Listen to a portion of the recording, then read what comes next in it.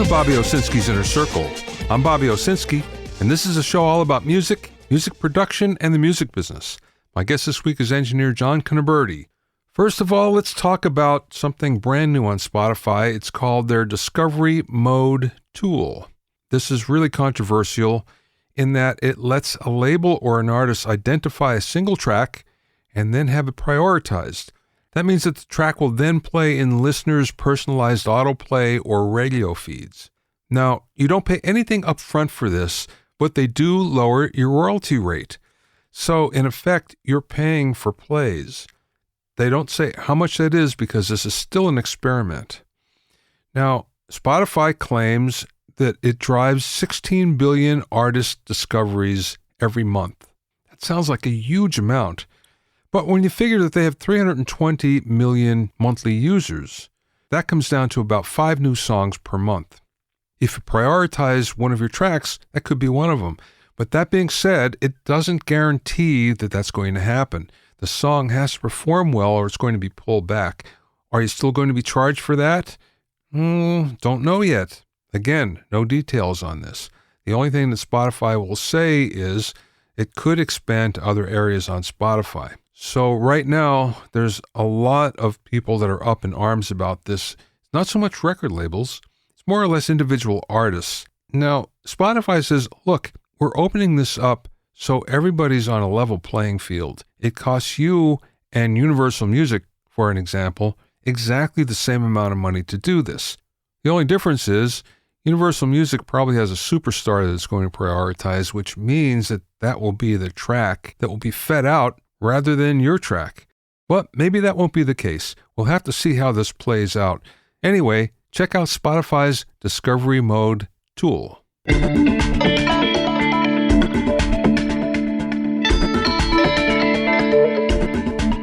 you have any questions or comments, you can send them to questions@bobbyowsinski.com.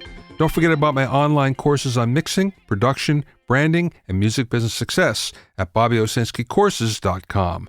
Also, get an expert analysis and objective opinion of your songs and mixes as a member of my Hitmakers Club. Go to hitmakersclub.com to learn more.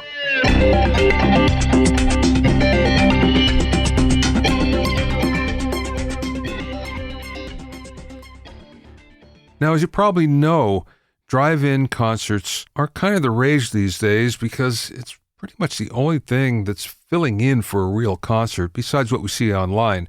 Now, obviously, if you're in your car and you're listening to some real people on stage, it's one step closer to normality. Even then, it's still not quite the same. And one of the big things about this is the audio. And if you're like me, you probably wondered, how does all this work? Well, front of house engineer Michael Lawrence did a study that was published on ProSound Web that looked into this.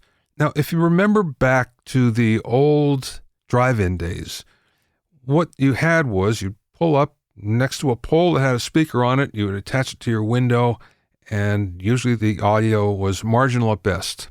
Now, everyone sort of thought that what would happen is we'd have short-range FM transmission, so you could hear what was going on at the drive-in concert over your sound system in your car.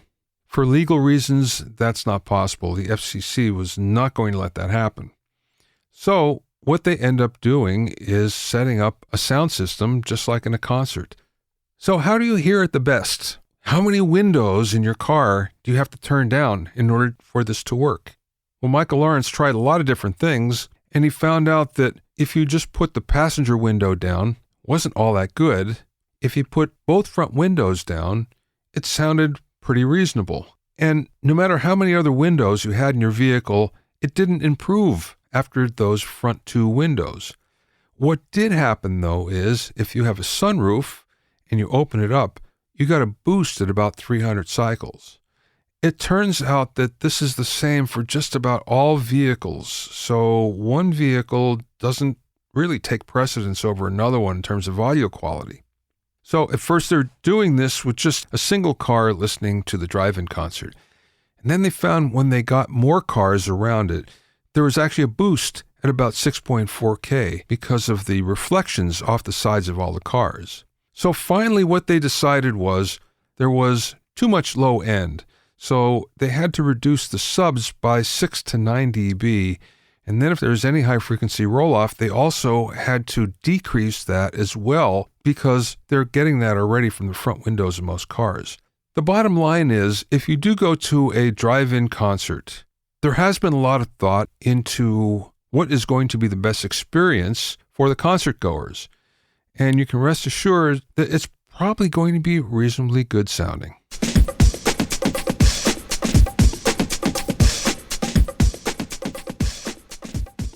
My guest this week is engineer John Cuniberti, who began his music career as a drummer in Eddie Moneyâ's first band, transitioned to mixing monitors for Stevie Wonder, and eventually became chief engineer at San Francisco's famed Hyde Street Studios. It was there that John engineered a long line of seminal records for Bay artists like Joe Satriani and the Dead Kennedyâs, and eventually went on to work on projects for Sammy Hagar, PJ Harvey, the Neville Brothers, and many others. John eventually transitioned into mastering, where he's done award-winning projects for Tracy Chapman, Sound Tribe Sector 9, Thomas Dolby, Aaron Neville, Jesse Colin Young, the Grateful Dead, and many more. He's also the inventor of the first commercially available reamping device called Reamp, and is the creator of the OneMic minimalist recording series on YouTube. During the interview, we talked about recording during the days of San Francisco punk, making the transition into mastering, coming up with the Reamp box, his OneMic series recording a band with just one microphone, and much more. I spoke with John via Zoom from his home in the San Francisco Bay Area.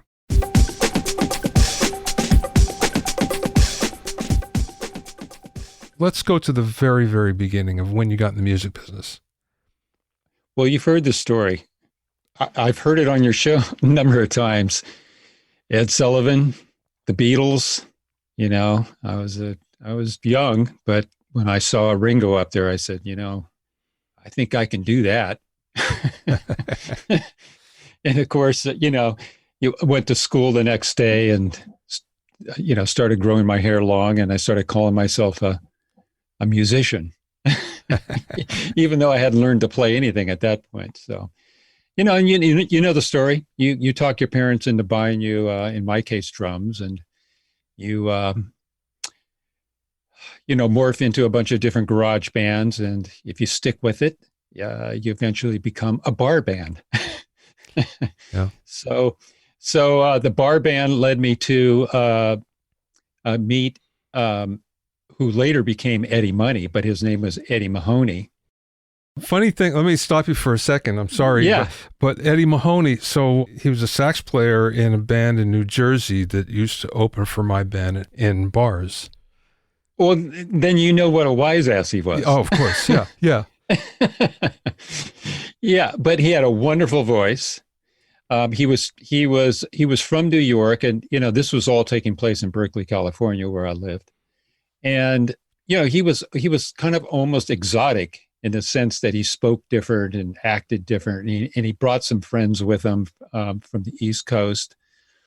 But he could really sing. And we were in a band, we called it the Rockets, not to be confused with the Detroit Rockets. This was around 1971. And we got on the radar with an engineer, a staff engineer from CBS Records here in San Francisco. And he took us into a studio and started cutting demos. Now, unfortunately, those demos never got us a record deal. And then, of course, Eddie, 4 or 5 years later, signed, actually with CBS, oddly enough, as a solo artist. But what happened was that was where I was introduced to being in a recording studio. And that's where I made that transition. It was there I said, you know what? That's what I want to do. It's, in a way, it's a little bit like watching Ringo. It's 10 years later or more, it's 15 years later. And I said, wow, I can do that, Yeah. So that was the beginning of my engineering career in my mind. It still took another 10 years of hard work before I had a record in my hand that I was proud of. I did a lot of live sound to supplement my income and to work my way sort of up the food chain, if you will. You worked with Stevie Wonder, didn't you? Yeah, I was a member of a live sound company here in the Bay Area that had developed a very sophisticated onstage monitoring system, which was a bit unusual for the early 70s. Onstage monitoring had not really completely taken over yet. And we had a Midas console, and we had a pretty sophisticated system. And TFA out of London was hired on to handle Stevie's live concert sound for, I believe it was the Secret Life of the Plants tour. And they asked us to supply them the onstage monitoring system because they just didn't really have one at that time that was as sophisticated. So I went along with the gear, and I ended up on the tour and working with the band. I have a couple of good friends that work with Stevie for a long time, later on in his career. Mm-hmm. And they have, really great stories about him and touring with him. Well, it was just an awesome experience to sit at this side of the stage and watch, this genius at work night after night. He'd do 2.5 hours, and it was all hits. Even then it was all hits. And what a treat. Then came, if I'm not mistaken, the Dead Kennedys, right? Yeah, it was somewhat, there was some parallel there, again, because I couldn't make really enough money as a recording engineer. I was supplementing most of my time by being on the road and doing live sound, live mixing primarily. But I met the Dead Kennedys after my friend and I built a 8-track studio here in town, and they showed up, and, I started working with them, and that led on to eventually to do 3 albums with them over the course of the next 3 or 4 years. What was really interesting is there was kind of a unique punk scene that was growing out of the Bay Area, and it sounds like you were right in the middle of it. Absolutely. Yeah.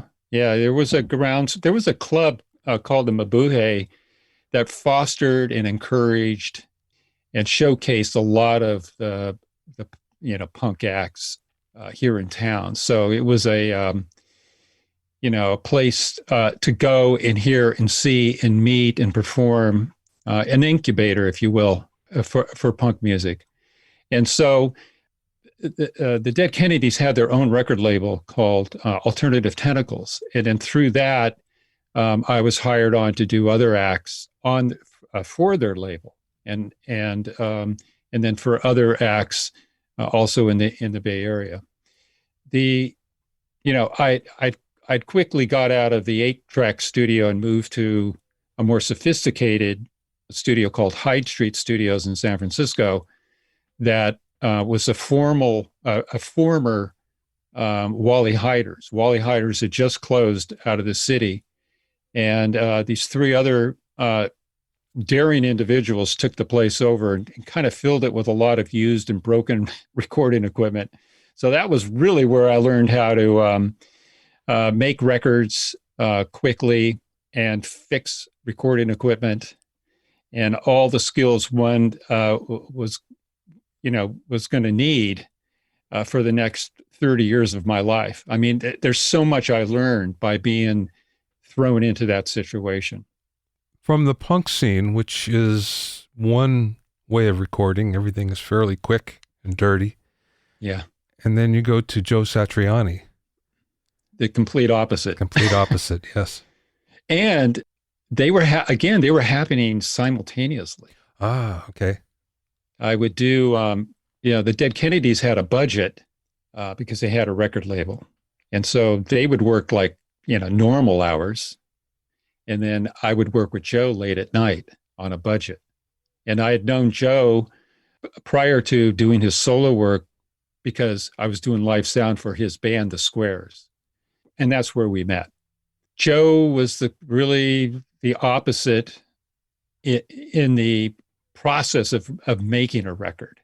Very systematic, 1 track at a time, very organized. Where the Dead Kennedys were basically a live act, at least for the first couple of albums. The first album, for sure, it was more of a live presentation. as they became more adventurous, then of course the recording sessions became longer and more involved and more overdubbing and more produced. But yeah, I was doing essentially both of those acts at the same time. Satriani is Surfing with the Alien, right? That's the record. That was on a very small budget, wasn't it?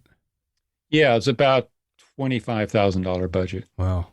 Yeah, and for us, that was good. I mean, that was pretty good. The first record we did that actually got him the record deal with Relativity Records, we did on his credit card for like $4,000 or $5,000. Wow. Yeah, late at night, because I was managing the studio at the time, and I'd be working during the day, and then Joe would come in at 7, 8 o'clock, and we'd work for 4 or 5 hours until I got too tired. And he was paying $25 an hour for studio time, and we stretched it out over a course of a month or so, and we got the record done. And Surfing with the Alien wasn't all that much different as far as workflow. And, we could be a little bit more indulgent, and we were able to, rent some gear and, bring some other people in for a few things. Yeah. So you were recording for a long time and mixing for a long time, and now you had a Grammy nomination, some really good credits. But then you decided to kind of make a left turn and get into mastering. Yeah. Well, yeah, I think that reinventing my career happened a number of times. I'd always loved doing live sound, so that was always a kind of a part of, my career. And then all the studio work I did, which is what brought a lot of attention to me. And then the success with Joe certainly opened the door for me. But, I love the technology, but I also love the process of making records and working one-on-one with recording artists. And so I think what happens is that in my case, because of my success with Joe, I became a bit typecasted as the guitar guy, and even though that only probably made up 10% of my discography, that's what people thought of me. But I love music. I mean, I love all kinds of music. And so I had attended probably every mastering session for every record I ever mixed. All of Joe's records were mastered by Bernie Grumman. One was George Marino and Bob Ludwig. I mean, these are my mentors. And I sat there with them and I watched them master these records, dozens and dozens of them. And it's funny now that I think about it. Like Ringo and like the guys in the studio when I first went into one, at one point I sat back and I said, I think I can do this. I think I can do what they're doing. And there was a studio, a mastering studio in San Francisco called Rocket, and it catered to a lot of the local acts. And they were very, very, very busy, but they decided that they wanted to go out of business or diversify into video or something. So I went to the Plant Recording Studios that was in fully operation at the time. And I went to the owner, Arnie Frager, and I said, have you ever thought about opening a mastering studio? And he goes, well, yeah, but it's about the guy. It's not about the gear. And I said, well, there's an engineer over at Rocket. His name is Michael Romanowski. He's very experienced.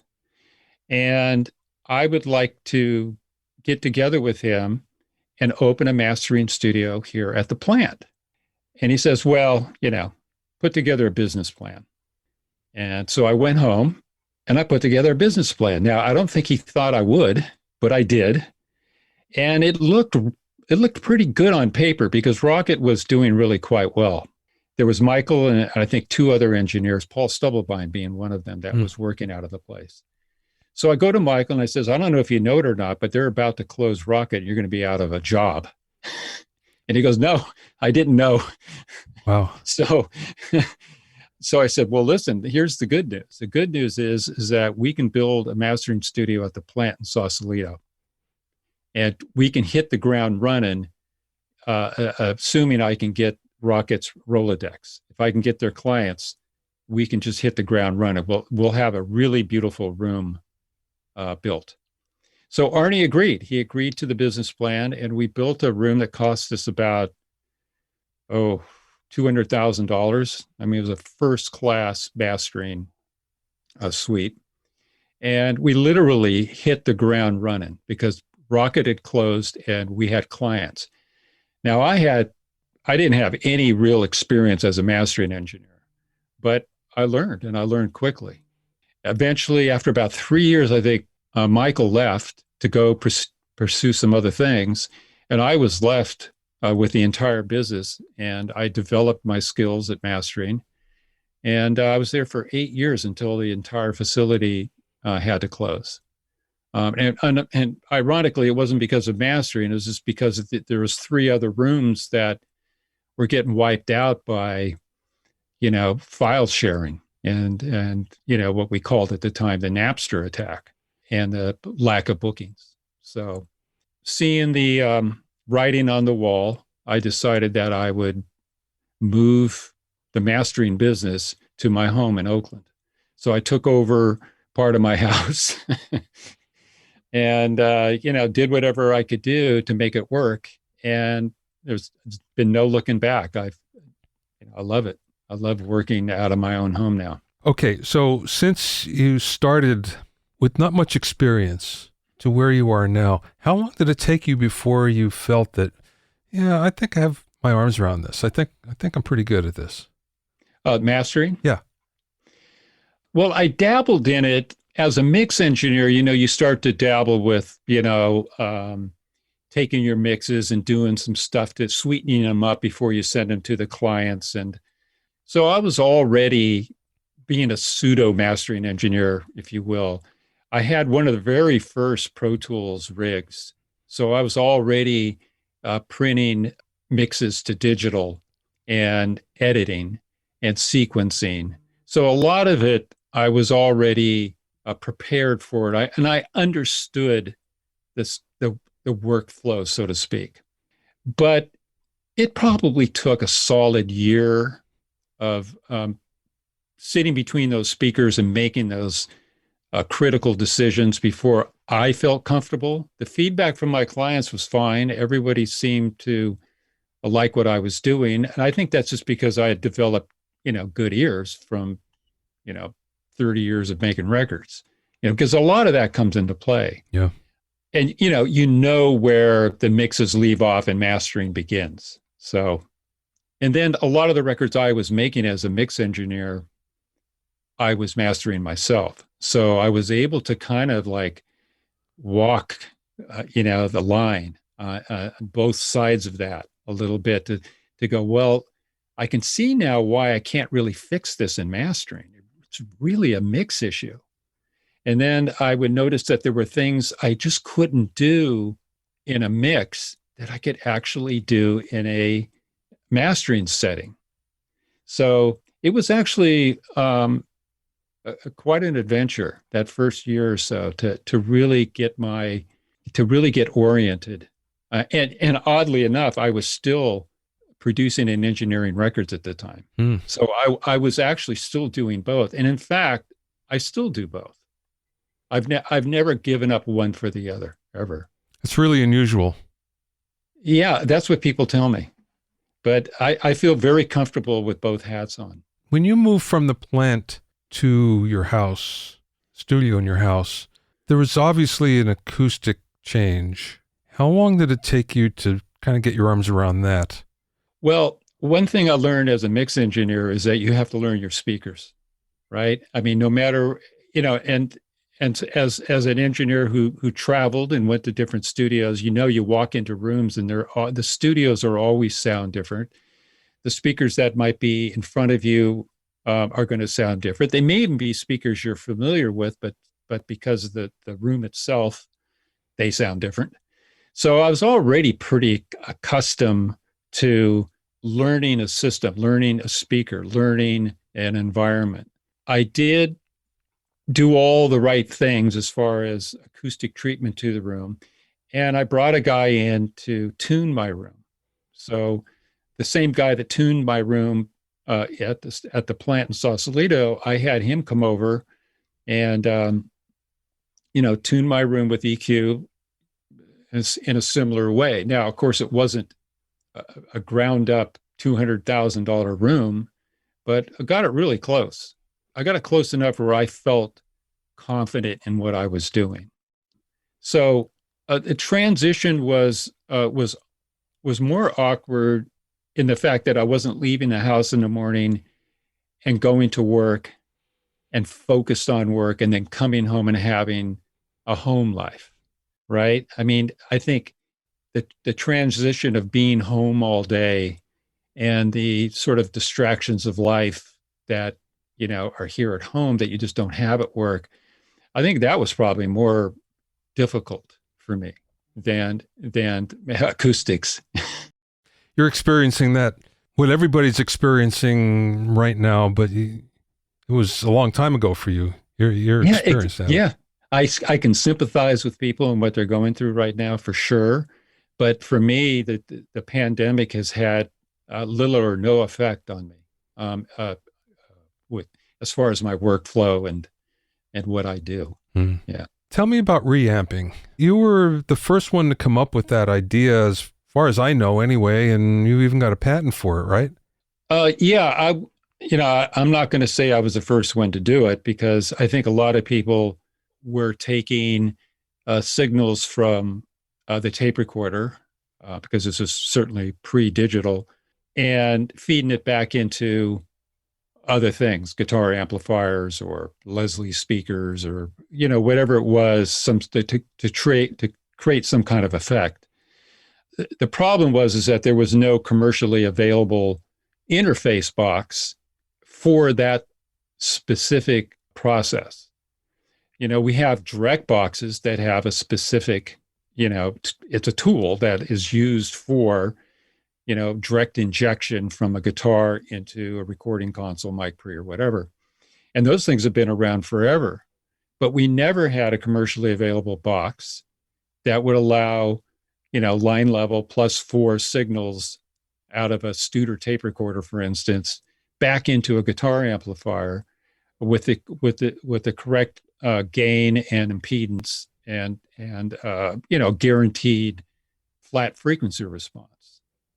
What I used to do back in the day was to take a passive direct box and plug it in backwards with some sex change cables. Mm-hmm. And, it kind of worked. It dropped the gain down to a more manageable level, but the frequency response was off. So I was one of those guys that was in the trenches and I saw the need. I said to myself, why isn't there a box that can do this? I mean, isn't that something that everyone would want? So I took it upon myself to develop one. It took, I went through 3 or 4 prototypes and, worked with a tech that is smarter with electronics than I am. I just said, listen, this is what I want to do. How do we make that happen? And I'll give you as much money as you need to build me the prototypes. So we eventually got to one where I could plug it into a guitar amplifier and feed it from a tape recorder with a direct guitar signal on it. You could not tell the difference between that and the guy actually plugged into the guitar amplifier, because that's the way I ran tests, is I actually would do it all there with the guy with the guitar. And I got it to a point where we couldn't tell the difference. And I said, well, that's the box. Then that's the right transformer. That's the right gain stage. Those are the right connectors. That's the right whatever that, we've got. And so, but I never thought about making it commercially available. I mean, I just wanted it for me. So I went about making records with the damn thing. And then, the word got out. Engineers started borrowing it. And then studios started seeing them. And then I built 5, and then I built 10. Then I built 50, which was a big deal because I had to borrow money. And, it was I'm a full-time recording engineer. I wasn't into manufacturing. John, I went through much the same thing, not quite in the scale. When I was playing in clubs back in New Jersey, there was a need for a direct box. And this is before there was any commercial direct boxes. And I happened to see the original schematic from Dean Jensen and REP. So I built one. And then every band that saw this wanted one. So the next thing you know, I'm drilling boxes and, manually doing all this stuff, charging not nearly enough for it when it was all said and done. So it got to the point where it's like, well, wait a second. Am I a player or I'm a manufacturer? Well, I'm a player. So I gave it up. But I empathize with what you went through because, it's not a small step to go from, just making a few here and there to, let's make a bunch of them and try to sell them. Right. That is such a great story. I didn't know that. Yeah. I mean, I assumed it because like something like a direct box, it's a tool, it's a need. A need came up. Somebody at some point, and now I know, said, why isn't there a box that can do this? And that's a great story. I didn't know that. I didn't know that about you. That's really cool. Yeah, Dean Jensen came up with the original idea, and I don't quite recall where that came from, but he drew the schematic and it was freely available to everybody. Yeah. Well, from what I know, there was no real schematic for Reamp, but it's kind of a no-brainer. I mean, you don't have to be electronic genius to go, well, we just want to do this in reverse. It's a very simple interface. And, when you look at a recording console, it has 1,000 interfaces in it, gain stages, transformers, we boost it up, we take it down, but, we adjust it, there's all these things. It's there. The technology was there, just that nobody had done it. Yeah. And when I started building them and decided that, well, if I could build 100 of these, I could make enough money to pay for them and, maybe have enough money left over to build 200. Yeah. Right. But unfortunately, the cost of me building them was staggering. Yeah.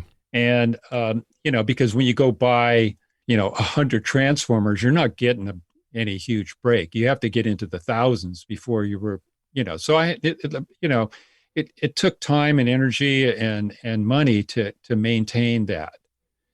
You mentioned the patent.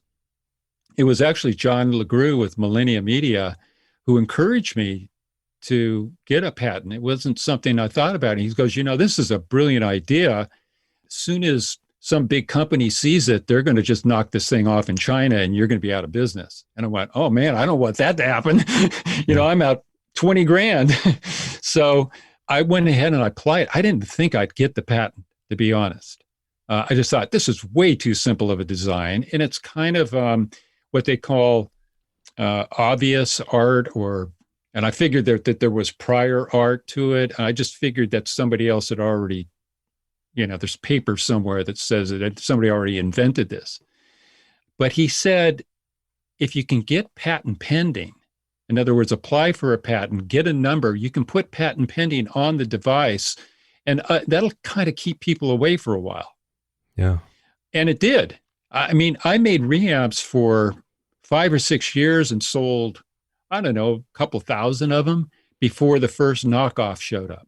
And in that case, I had to go to them and say, hey, I actually have this patent pending, but I want to encourage people to do this. So let's just work it out. And I offered to license it if I were to get the patent. I said, I'll license this thing for you for $1 a year.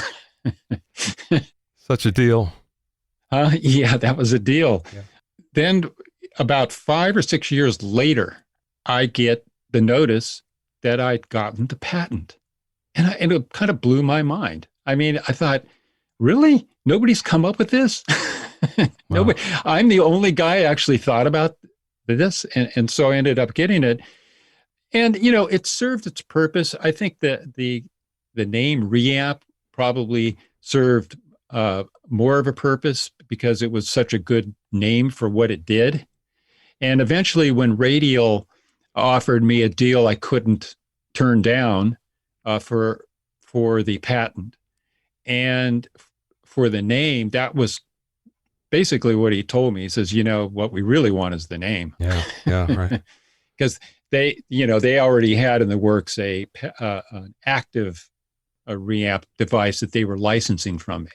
So it was 17 years I had it, and I sold many thousands of them. And quite honestly, when I first started, people told me I was crazy. It really did. I mean, now it's kind of a household thing. I mean, I think everybody knows what it is and understands the process. Yeah. But I gave those to engineers. I gave them away. And people go, well, I don't know what to do with this. I don't even know how to use it. I mean, big engineers, names I won't mention. Yeah. Well, one name I'll mention, Alan Sides. Oh, okay. And if you know Alan, you would understand why. Yeah, he said, I don't have any use for this. I get it right the first time. And I said, well, I said, Alan, a lot of us don't get it right the first time. So, I'm a big fan of his work. So, yeah. So he sent it back to me with a nice note. Okay, let's talk about what I really want to talk about, and that's OneMic. Oh, sure. Yeah. The OneMic series is really fantastic, I have to say, where you record everything with one stereo microphone, and the balance is so wonderful, and the sound is awesome. It's a joy to listen to. Oh, thank you. But in speaking with you and understanding your roots in live sound and understanding your roots in the punk movement, where everything was pretty much based around, well, let's do this right the first time, so to speak, I could see why you'd want to do something like this. There's probably a number of things at play. One is probably a more universal reason, which I'm sure you have felt and experienced, which is the frustration of how records are made now. This idea that, you come into a studio and everything is close mic'd, everything goes to its separate track. There's a safety net that is just implicit. Everybody knows about the fact that if you mess up, you can fix it. And records are just pushed through that process of safety. And, it's, a lot of times it works, but a lot of times it doesn't, because the conversation among the musicians in the room gets altered or broken or destroyed by isolation. And as somebody who grew up in live sound and, like I mentioned, standing by the side of the stage and watching Stevie Wonder and these brilliant musicians, that brought such joy to my life that I thought, that's for me as an engineer where it's at, is that. And it's funny, even when we started recording live, we still dragged the stuff into the studio and started messing with it. I mean, it's almost like we can't help ourselves. This need to have a perfection in it all. And so that was part of it, the sense of frustration and how long a lot of these records I've been working on take. And I don't want to say they were self-indulgent so much as they were misguided. Yeah. Okay. Sure. Well, we can say that. Well, there's an entire generation of people who have only recorded in a multi-track environment. When they first started recording, they went in and they got headphones put on them and they had a microphone stuck in their amp that's in a closet, and they were always separated from it. Nobody ever told them that it could be done differently. Right. So that was part of it. The other one was boredom and curiosity as a recording engineer. What else can I do? What can I do as a recording engineer that no one's done before, or, something like that. And I was working with the AEA R88 stereo mic in a conventional setting. And one day I said to the band, I said, I'd like to set this microphone up in the middle of the room for this one song and have you all just sit around the microphone, and I'll move you in and out and around, and I'll just your positions for panning, and I'll adjust everything, but no headphones. Will cut the whole thing live. And they said, sure, fine, why not? And I didn't know what I was going to get. So I put them around the mic in a way that I thought was going to work. I didn't know. And I went into the control room and I turned up the volume and they started performing. And I went, wow, that actually sounds pretty good. So over the course of the next hour or so, I kept refining it, moving people in and out, spacing the guitars out a little bit, adding effects to their instruments through their stomp boxes and stuff. And I really tried to create a multi-track recording, something that sounds like a multi-track recording, around the one stereo microphone. And because the R88 is a ribbon microphone, it has this wonderful advantage of being able to record two stereo fields, one on one side of the microphone and one on the other. So it gives me more, real estate, if you will, to position the amplifiers and the people, because it's critical, their distance from the mic. And then, of course, you have to think about panning, right? Right. So I just continued to refine it, and I recorded the whole session with my iPhone. I went out and I just walked around with my iPhone and recorded them doing one song.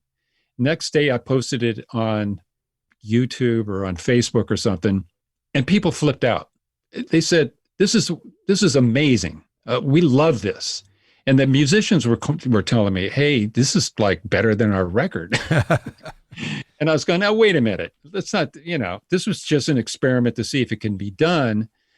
I'm not saying this is you should replace the way you make records with this process, but it's kind of cool and it's fun." And that led to do another one and another one and another one. And then I started sticking my neck out with different artists, with different types of material and different types of instrumentations. And then I started going to other studios to try to do it, where you're in completely different in environments. And, to date, I've done about 35 of them. 35 songs. I usually have the artist do 2 songs. So I've worked with maybe 15 bands in 5 or 6 different studios. And, some of them are certainly more successful than others. I think you can almost feel and sense the issue, that the problems that the room might be presenting or the instrumentation might be presenting for this particular process. But I've highly refined it. I mean, I think I've figured it out how to do it, but I'm constantly surprised by the outcome. One of the things I noticed was on some of the videos, you're measuring the distance from the microphone. Is that because you've refined it to a point where you kind of know where things ought to be before you even start? Absolutely. Yeah. Yeah. I learned that if a small combo amplifier about 7 feet away on a stool, because it has to be up high, because the nature of the ribbon microphone, if the amp is too low, it's going to be picked up by the bottom ribbon and force it to one side. See? Okay. So I learned that I had to have the amps up at a certain height, and I could get away with having them back as far as about 7 feet, where it still feels close. It doesn't sound, of course, obviously it's going to depend on the room, but it still felt like a record. It felt like a close mic guitar with just a little bit of reverb on it. So that was a formula I'd figured out. And then, where you position the singers, those are other things. But there were other refinements, like in post-production. Like when I get these recordings back, they're pretty rough, and they need to be mastered, in the traditional sense, with a little bit of compression, with a little bit of EQ. Sometimes I would take, I would send a signal to a reverb. On that send, I might put something that would adjust, the center channel more, an MS box, if you will. Mm-hmm. And so I could force more of what was in the middle into the reverb. So the voice sounds like it has a little bit of plate on it, but the drums and everything else around it doesn't. So these are things that I finally figured out, how to refine it, because my goal always was, can I make a one mic recording that sounds like a multi-track recording? If I just play it for somebody, would they just assume that it was, 25 microphones? Can I actually do that? You've accomplished that, definitely. No, thank you.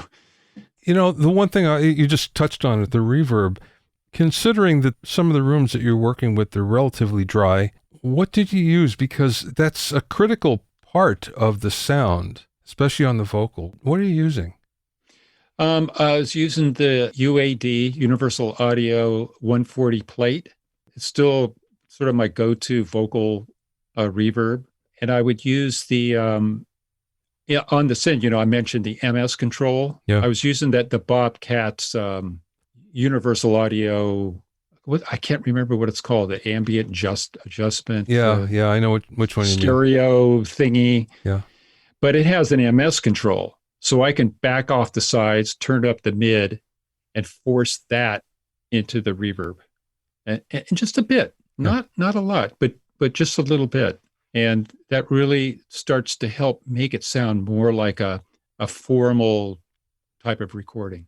Yeah. I believe that if you're going to be serious about being a recording engineer, this is the way you should start. Oh, I did it. Oh, I did it all backwards. You did it backwards, but really, when you think about it, it's like, well, yeah, let's get this part of it right first, and then we can refine it. Yeah. Well, I would recommend it. Since the videos have been out and people have watched them, I don't think a month goes by where somebody doesn't send me their version of one. Hey, what do you think? And is it, whatever. And some of them are pretty good. They obviously haven't put in the 1,000 hours that I've put in, but I can hear the success of it.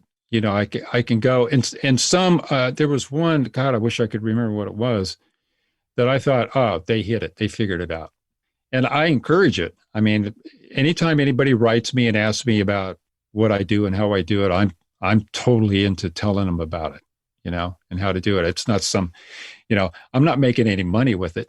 All those videos cost me money. I have to pay for all of it. The artist shows up, they do their music, they retain all the rights to the music. I retain the rights to the videos, but it's it's streaming. How much money is that? Yeah. So I mean, I'm the one. It's a pet project of mine, and it's for the love of doing it, and I get a lot out of it because I really, the artists I pick, I really find people that can really do it. Not everybody can do it. No kidding. And I find artists that whose instrumentation and their ability to sing are oriented for this process. There's obviously there's some kinds of acts and bands and this is absolutely would not work. Yeah. So I tend to be very selective about how I do it.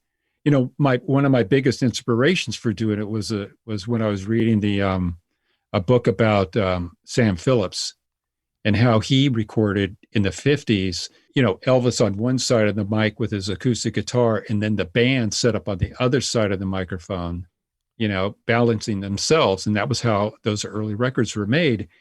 And so when I had the opportunity to actually go to Sun Studio, I did.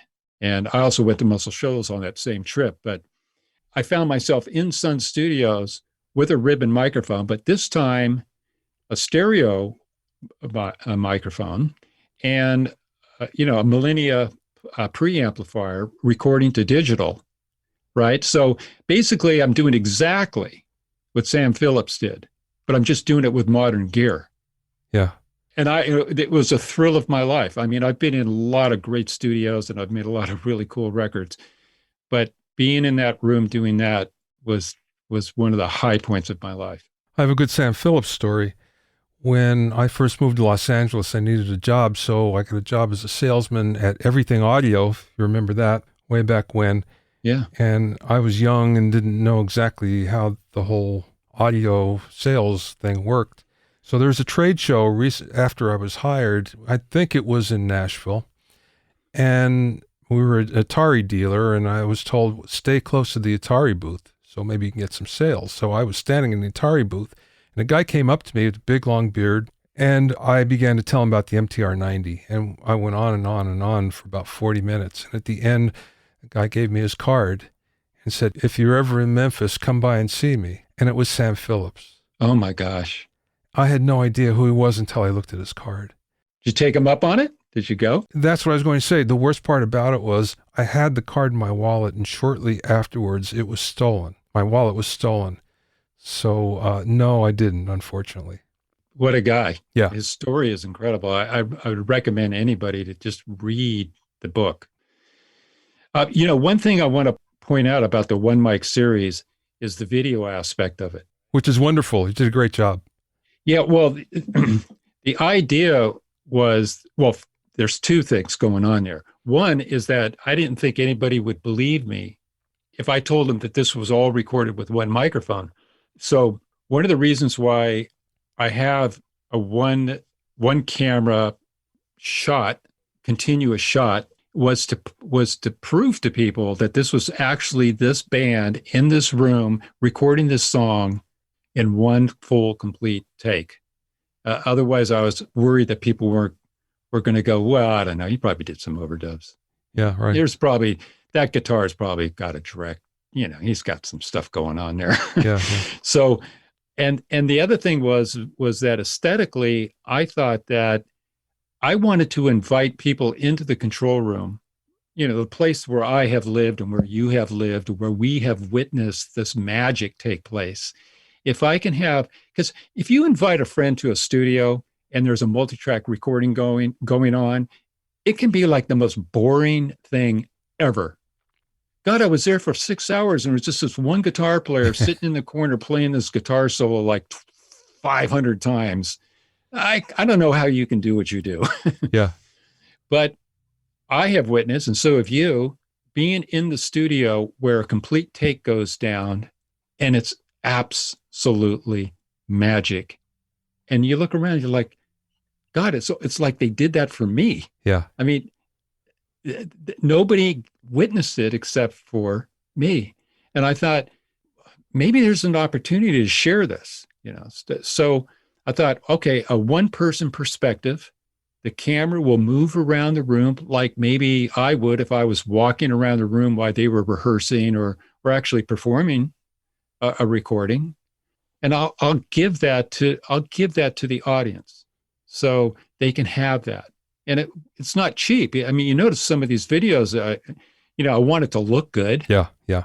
You can't just turn on the fluorescent lights and walk around with an iPhone. I had to go to the trouble of getting, proper lighting for a lot of these and having Nathaniel Cofield actually shoot the videos for me because, he's a skilled videographer.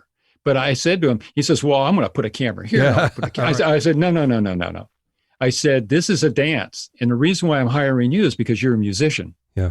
And you know that you need to move here for 4 bars and then move over here for 6 bars. And then during the bridge, you're going to pull back where everybody sings. And he goes, oh, okay, I get it. And it was a ballet. It's a dance. It's his performance also. Yeah. So I wanted to add that too. It's not just an audio program. It's actually a visual experience too. It's really very, very cool. I encourage everybody to go take a look. And I'm going to make sure that we have lots of links and things like that. Oh, cool. Thank you, Bobby. I appreciate it. Yeah. Last question, John.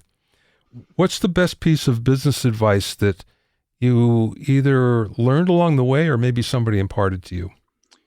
Ooh, so many people, so much advice. Well, yeah, I think I can only speak for myself. For me, business has a set of rules to it that I abide by.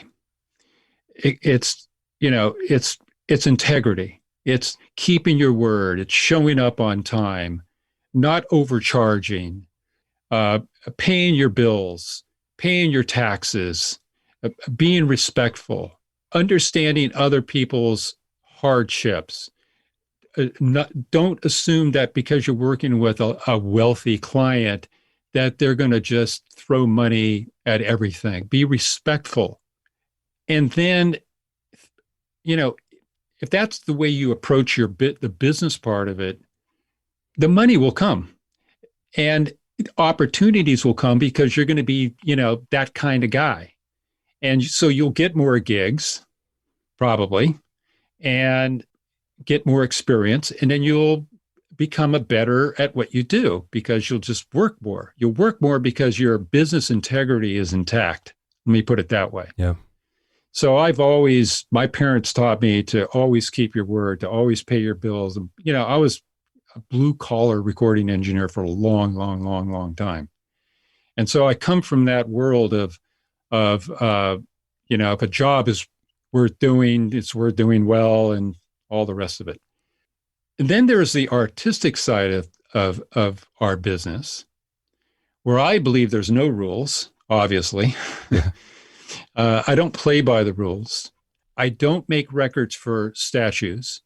I follow my heart when it comes to my decisions about how, when, and where I'm going to invest my time. I work for free a lot because I want to be supportive and I want to give back. I mean, I do now. I mean, obviously, when I was in my 30s, I was struggling to pay my bills. But now I'm at a stage in my life where I can give back a bit. So, I hear people on these podcasts, whatever, say, you should always charge. Don't ever work for free because people will think that you're not worth anything or something like that. And I always thought that was really weird. And because my feeling is, if your job is to make art, then that's what you ought to be doing. And receiving some sort of financial, balance for that, it doesn't even fit into the way I view the world. My feeling is if you've got the business end of it together, like I mentioned earlier, and you pursue your dreams to create art, to create great recordings, the two will come together and you'll be taken care of. That's what's happened to me. I've lived in the Bay Area. I never went to LA and said, man, I'm going to make a career. I just stayed here, maintained my reputation and my integrity, and I have more than enough work to pay my bills and to support my family and own a house and all the rest of it. I never really worried about it. But, I think that early on, you have to say yes to everything. I think it's really important to diversify. I've been a studio manager, I've been a maintenance engineer, I've been a mastering engineer, I've been a recording engineer, did videos. I mean, I've done all kinds of stuff. And I think that's another thing that one has to do if you want to be in this business is to diversify a bit to survive. You can find out more about John and his OneMic series at johncuniberti.com. That's John Cuniberti, Cuniberti, all one word, .com. Thanks for listening and being in my inner circle. Remember, if you have any questions or comments, you can send them to questions@bobbyowsinski.com. To listen to other episodes of Bobby Owsinski's Inner Circle, go to bobbyowsinski.com and select the podcast tab, or go to bobbyowinnercircle.com, or you can find it on iTunes, Stitcher, Mixcloud, Google Podcasts, Spotify, Deezer, TuneIn Radio, Radio Public, and Podcasts. At bobbyowsinski.com and bobbyowinnercircle.com, you'll also find a sign-up form for my newsletter for alerts